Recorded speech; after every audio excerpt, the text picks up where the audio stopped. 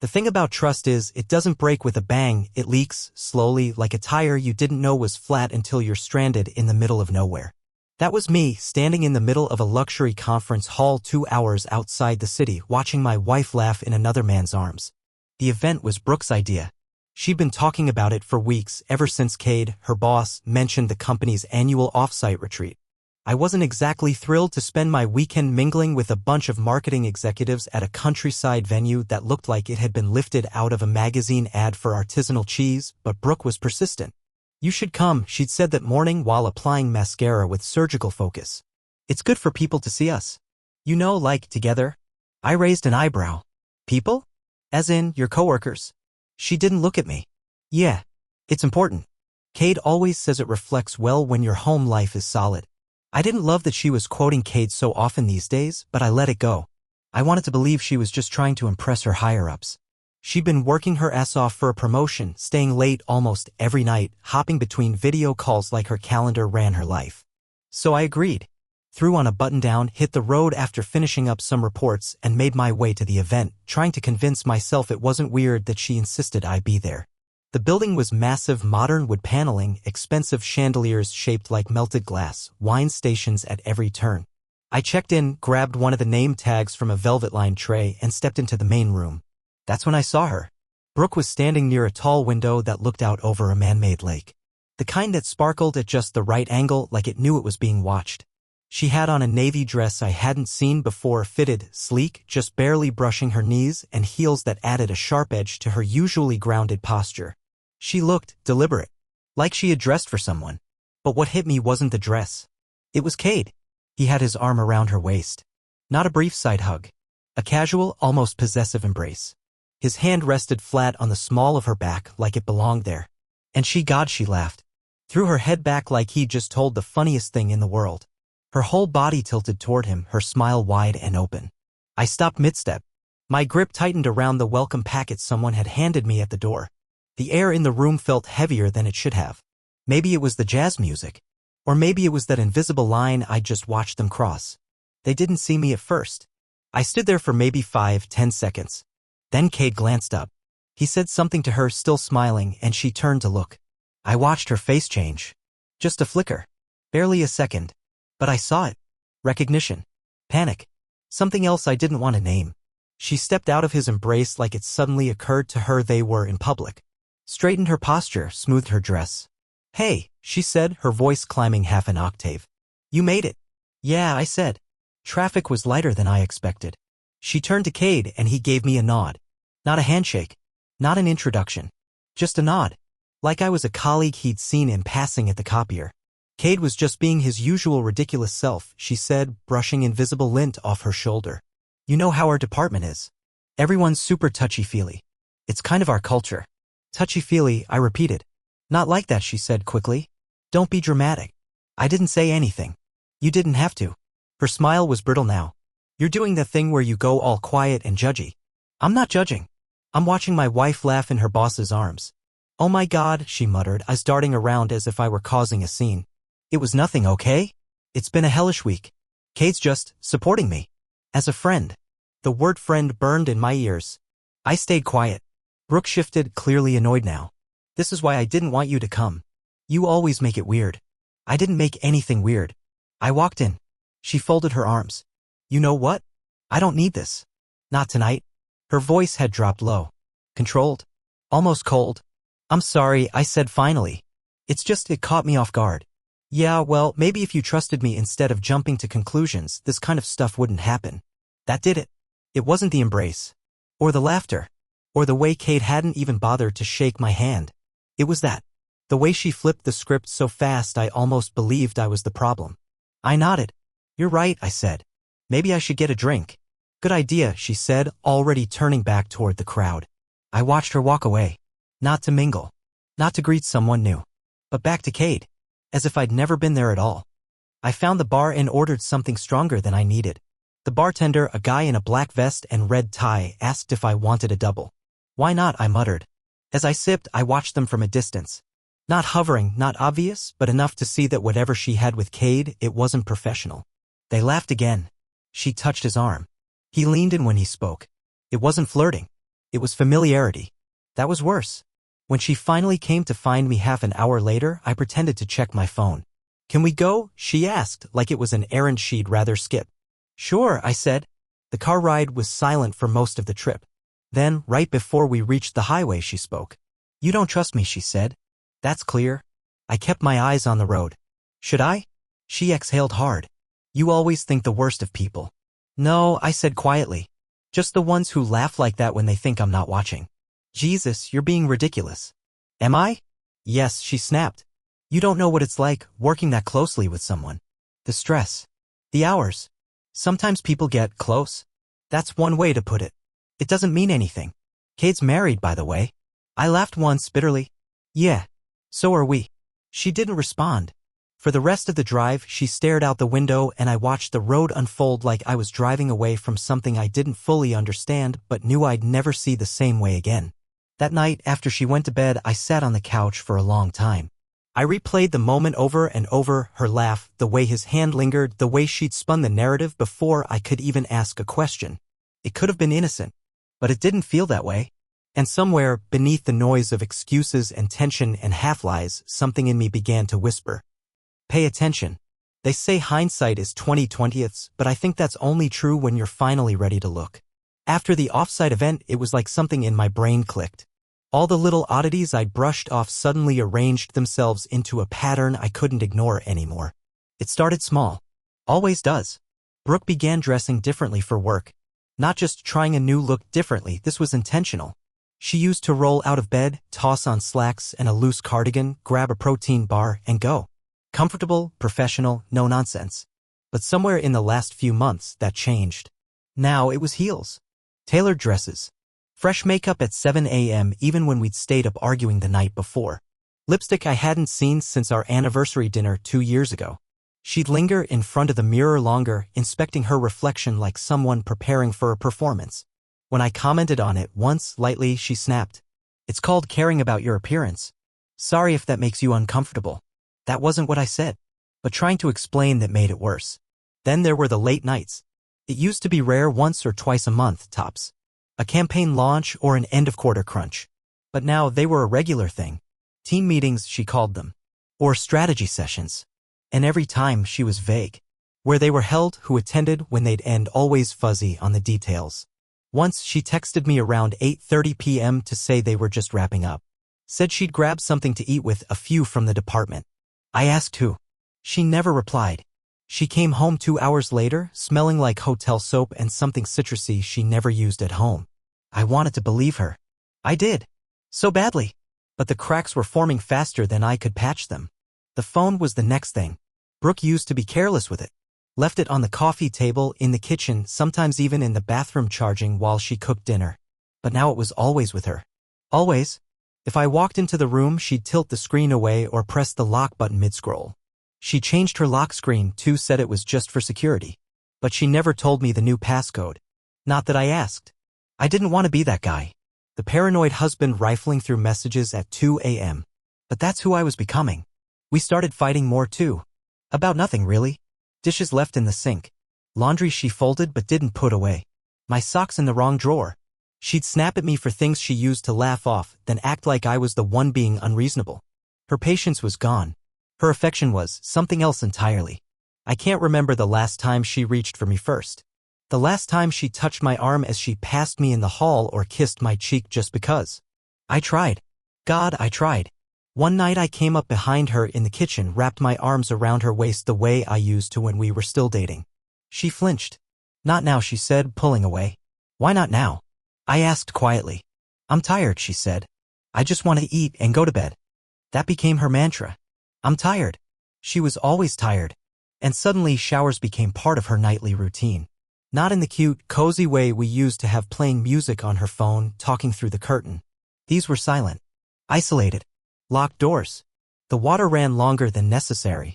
When she came out, she'd avoid my eyes and bury herself in bed with her phone. She started sleeping in an old college sweatshirt I didn't recognize. Gray. Oversized. I asked her about it once. "Oh," she said casually. "Must have found it in a box somewhere." I knew every piece of clothing in our house. That sweatshirt wasn't ours. One Friday night, she said she was heading to a friend's birthday. A girls' night, as she put it, with people from her yoga class. She left around 6, dolled up in a low-cut black top and jeans she hadn't worn in years. I complimented her. Told her she looked amazing. She barely acknowledged it. Thanks, she muttered, grabbing her purse. Don't wait up. She didn't post a single photo that night. Not a selfie, not a cake pic, not even a boomerang of a drink clink. And Brooke? Brooke used to post about everything. Her coffee. Her parking spot. Her damn oatmeal. But that night? Radio silence. I lay awake until 2 a.m. pretending not to care. She walked in at 2:45, keys jangling, heels in her hand. I asked how it was. She just said, fine, and went straight to the shower. That was the first night I really let the thought bloom. She's seeing someone else. Even then, I didn't want to say it out loud. It felt like admitting defeat. Like speaking it would make it real. But everything about her, her behavior, her excuses, the way she looked at me like I was some cumbersome piece of furniture, said what she wouldn't. I started noticing other things. Receipts in the trash for places we'd never been. Unfamiliar cologne smells on her clothes, subtle but there. A new playlist on her phone, one filled with slow S**XY R&B she never liked before. She started keeping her laptop password protected. Said it was for work compliance. The most chilling part wasn't just the changes. It was how easy they came to her. How casually she lied. How she didn't flinch when I asked where she'd been. How she kissed me goodnight with dry lips and eyes that never quite met mine. I started wondering if I'd ever really known her. If the woman I fell in love with was still in there somewhere, buried under layers of exhaustion and distance and someone else's attention. Sometimes she'd be scrolling her phone, a tiny smile on her lips. I'd ask what was funny and she'd say, just a meme. But she never showed me. It wasn't just the hiding. It was the indifference. The way she'd stopped trying to pretend she cared. She didn't check in when I worked late. She didn't ask about my day. Didn't laugh at my dumb jokes anymore. Once I came home with takeout from her favorite Thai place. I'd even remembered the extra peanut sauce. She barely looked up from her phone. You didn't have to, she said. No thanks. No smile. I ate alone. Another night, I found her in the garage rummaging through a box marked Christmas decor. It was August. What are you looking for? I asked. She startled. Nothing. Just something I thought I packed here. What kind of something? She paused. It's not important. She never brought it up again. I knew deep down I was losing her. But it wasn't like she was being pulled away. No, that would have implied a struggle. She was walking away on her own, one calm, calculated step at a time. And the scariest part? She didn't seem to feel bad about it. By the time the Santa Rosa trip came around, I was already hanging by a thread. Brooke said it was for a strategic leadership retreat, whatever that meant, one of those vague phrases corporate types use when they want to sound important. She told me she'd be gone for 3 days, sharing a cabin with a few team members, probably off the grid, minimal service. She said it so casually, with a smile that didn't reach her eyes, and then gave me that soft, trust me kiss on the cheek, the one that used to feel reassuring but now just felt like punctuation to a lie. I didn't argue. I didn't ask questions. I just said, have a good time, and helped load her suitcase into the trunk. But the second her car pulled out of the driveway, a wave of nausea hit me. Something in my gut twisted hard. Maybe I'd finally reached that point. The one where instinct drowns out hope. 3 hours later, a courier rang the bell. He was holding a thick envelope, said it had been left behind at the company's office and needed to be delivered to her right away. I signed for it, thanked him, and stood there in the doorway staring at the damn thing like it was ticking. I almost set it aside. Almost. But curiosity has teeth when you're desperate. I opened it. Inside was a manila folder labeled Retreat Agenda and Supporting Documents. I flipped through the pages, spreadsheets, venue maps, printed schedules with bullet points and breakout session topics, nothing unusual. Until I hit the receipts. There, tucked between 2 workshop outlines, was a hotel bill. Not for a cabin in the woods. A resort. One of those coastal cliffside escapes with private balconies, on-site spas, and couples packages. The reservation name read, Cade Mercer. My hands started to shake. Below that, room 414, King Suite. Guests, Cade Mercer and Brooke Weller. There it was. Not a suggestion. Not a suspicion. A documented fact. My first reaction wasn't even anger, it was cold, clinical disbelief. I read it 3 times, like maybe I was misinterpreting it, like maybe Cade had booked it and she just showed up. But no.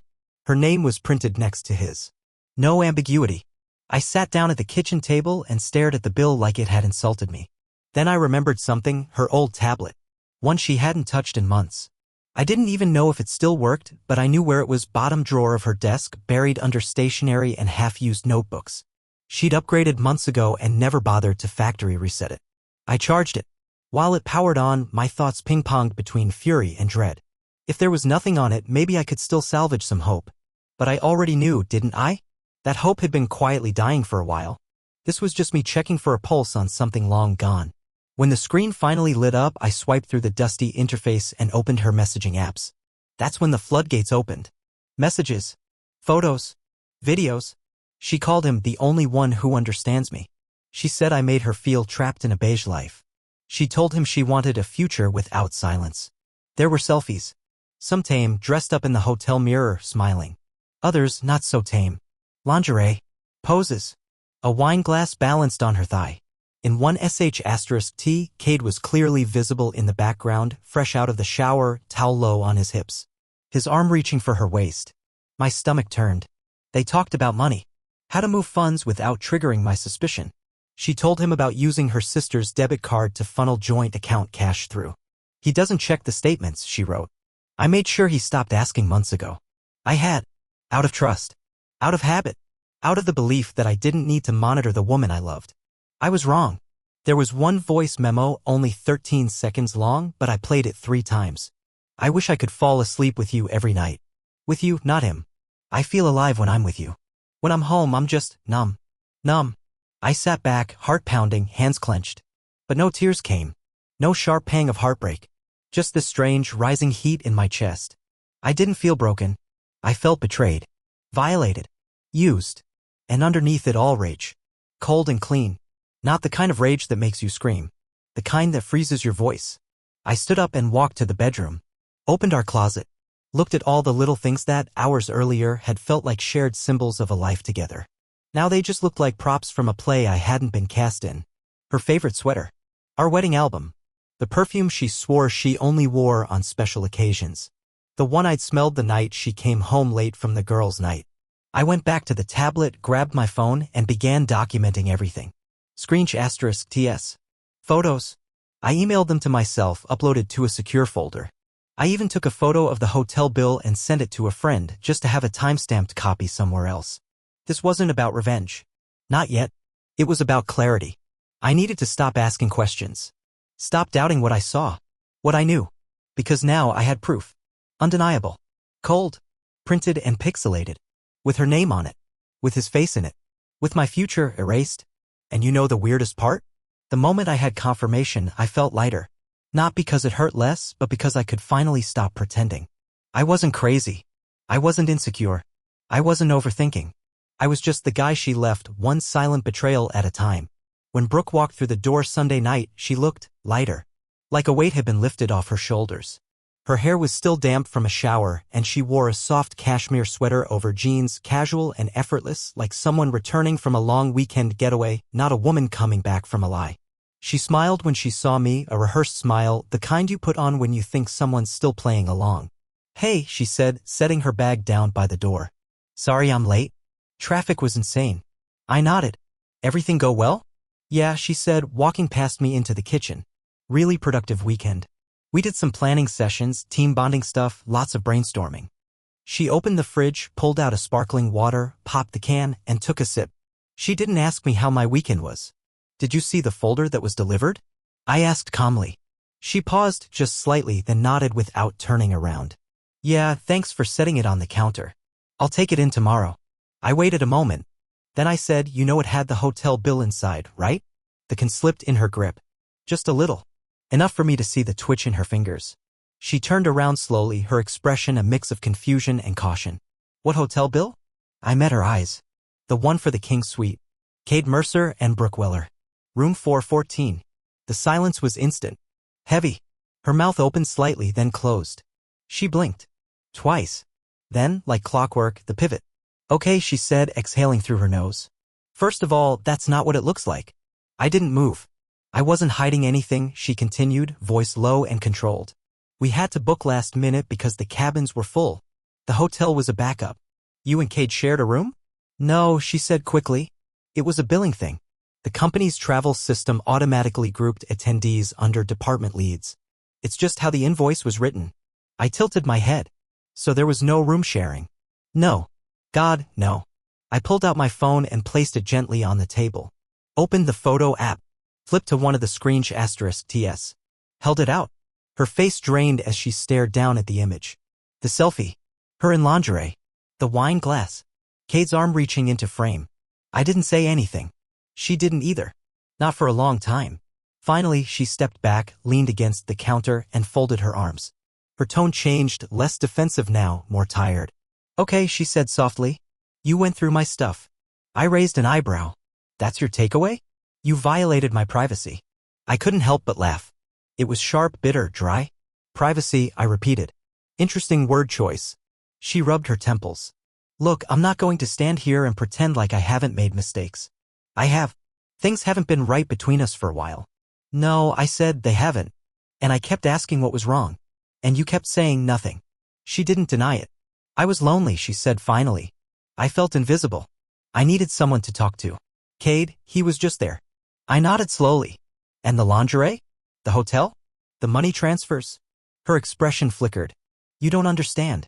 No, I do, I said. Better than you think. You needed someone. And instead of turning to me, you turned to him. Because you don't listen, she snapped. You haven't listened in years. You come home, you nod, you go through the motions. Everything with you is always routine, predictable, safe. And you wanted chaos? I wanted to feel alive again, she whispered. The words landed like a slap. Alive. Like I'd been suffocating her. Like our life, our house, our routines, our marriage was the thing dragging her under. Not her choices. She crossed her arms tighter. I didn't plan for any of this to happen. But it did, I said. And you kept choosing it. She stared at the floor. For a second, I thought she might cry. But she didn't. No tears. Just silence. I didn't want to hurt you, she murmured. You did anyway. I stood there for a moment, watching her face. Watching for something, remorse, shame, guilt. But all I saw was frustration. Like this whole thing was an inconvenience. Like I was the obstacle now. You're not even sorry, I said, amazed. She looked up sharply. Of course I am. No, I said. You're sorry you got caught. You're sorry the game ended. But you're not sorry for what you did. She stepped forward. You're making this worse than it needs to be. I shook my head slowly. No, Brooke. You already made it worse. I walked past her, into the bedroom and pulled out a duffel bag. The kind I used for weekend trips. I started packing, not in a frenzy, not in rage. Just calmly, methodically. Like a man who had finally accepted that he was no longer welcome in his own life. She followed me to the door of the room. Wait, what are you doing? I'm leaving. Her face contorted. Don't be dramatic. Dramatic? I repeated. You slept with your boss, drained our joint account, and lied to me for months. I said I was sorry. You don't even believe that, I said. She watched me zip the bag. Where are you going? I don't know yet. Somewhere that doesn't feel like this. You're seriously walking out? I think I already did, I said, the second I stopped recognizing who you are. For a moment, neither of us moved. Then she said it. The thing that confirmed everything. You always do this, she muttered. Shut down when things get hard. I froze. And then I looked at her, really looked. Don't, I said. Don't twist this. You didn't leave this marriage like a storm. You slipped out like a shadow. Quiet. Calculated. Like you were never really here at all. She swallowed, her jaw tight. No fight? No begging? Nothing? She asked. There's nothing left to fight for. I walked past her, bag slung over my shoulder. At the door, I turned. I hope he was worth it, I said. She didn't respond. And I didn't wait. I didn't sleep that night. Not because I was heartbroken. That stage had already passed, burned up in the heat of every lie Brooke told me and every photo that proved who she really was. I didn't cry either. That surprised me a little. But I guess when you've already grieved the loss of something months before it officially ends, there aren't many tears left. Just silence. And something harder than pain. Resolve. I checked into a budget hotel off the interstate. Room smelled like bleach and old air freshener. Didn't care. All I needed was space. I sat on the edge of the stiff mattress with my laptop open, the tablet beside me, a manila folder filled with printed documents spread across the bed. I reviewed everything, every *T, every financial transfer, every message, every line of the hotel invoice. Brooke had tried to explain it away. Twist it into something smaller than it was. But this wasn't a misunderstanding. It was a pattern. A trail. One they never thought I'd find. And now I had enough proof to shatter the illusion they'd built. I started with our lawyer. Well, my lawyer now. I called in a favor from an old college buddy, Ryan, who had switched from criminal defense to family law a few years back. We hadn't talked in a while, but when I told him I needed someone discreet and ruthless, he didn't ask questions. By noon the next day, I was in his office with a thumb drive, a printed portfolio, and a copy of our joint account statements. Ryan flipped through the materials with a low whistle. She transferred nearly $5,000 to an account in her sister's name? Yup, I said. For what? Gifts? Hotel rooms? Probably wine. He kept skimming. And this is Cade Mercer? Her supervisor. Her boss, I clarified. Ryan looked up. You want to pursue infidelity grounds? Yes. And I want the financial misappropriation noted. She used marital assets to support an affair. He nodded slowly. We'll need to move carefully. But we can file an at-fault petition. Judges take that seriously. Good, I said. Let them. Do you want to go after Cade as well? That question hung in the air for a moment. I thought about it. About how smug he looked at the offsite. How he put his arm around her like he owned her. How he didn't even bother hiding it. He deserves to lose more than his dignity, I said. She betrayed our marriage. But he used his position of power. Ryan leaned back. You could file a formal complaint. He's in management, it would trigger an internal investigation. Especially with this kind of evidence. Would they keep it quiet? Absolutely. Companies like that, image is everything. They'll fire him to protect themselves before they admit they let something slide. That was all I needed to hear. That night, I sent the evidence to Cade's corporate security division. No threats. No long-winded letter. Just a clean, anonymous message with the subject line, internal ethics violation, attached documentation for review. I hit send. And I didn't look back. This wasn't revenge. It was accountability. Brooke hadn't just betrayed me. She used our life as cover. Spent our money to live out some fantasy. Called me empty while draining everything I'd poured into our marriage. She lied while smiling. Hid while pretending to be transparent. And Cade? He leveraged a title to slide into something that didn't belong to him. Played the role of mentor while scheming behind closed doors. They'd made choices. I was just showing them the cost. A week passed. Brooke tried to call twice. Left one voicemail. Didn't mention the evidence. Just said she wanted to talk and that she wasn't doing well. I didn't answer. I wasn't her safety net anymore. I was the line she crossed. The fallout came quicker than I expected. I got a call from Ryan late Thursday evening. They fired him, he said. Internal HR probe wrapped in under 4 days. Turns out yours wasn't the only complaint they had on file. But yours was the one with receipts. I didn't feel triumph. Just clarity. You want to go public with anything? Ryan asked. No. I don't need people to know. I just needed him to lose what he thought he'd never have to answer for. Ryan understood. Good call. That same night, I got a message from Brooke's sister, Jenna. We hadn't spoken in almost a year. She'd always been a little guarded with me, loyal to Brooke by default. But this time, her tone was different. Hey, I heard about everything. I just wanted to say I'm sorry. I didn't know what was happening. But I believe you. And I'm so sorry she dragged you into this. I stared at the message for a while. Eventually, I replied. Thanks. I appreciate it. Jenna responded again, unexpectedly. For what it's worth, she always twisted things to get what she wanted. I saw it. I just never thought she'd do it to you. There it was. Confirmation. I wasn't crazy. I wasn't reading too much into things. I had just been the last to see it. The world Brooke built behind the scenes, beneath the surface, had finally started collapsing. Not because I yelled. Not because I chased her down. But because I stood still. Because I let the truth speak louder than her stories. A few days later, a message popped up from an unknown number. I didn't open it right away. Didn't recognize the digits. But I knew who it was. The preview line said everything. Please don't shut me out. I made a mistake. I didn't need to read the rest. She didn't miss me. She missed stability. The routine. The man who cleaned up her messes. The safety of being forgiven before she finished the apology. But I was done being her soft place to land. That chapter had ended the moment I packed my bag and walked out of the house she poisoned.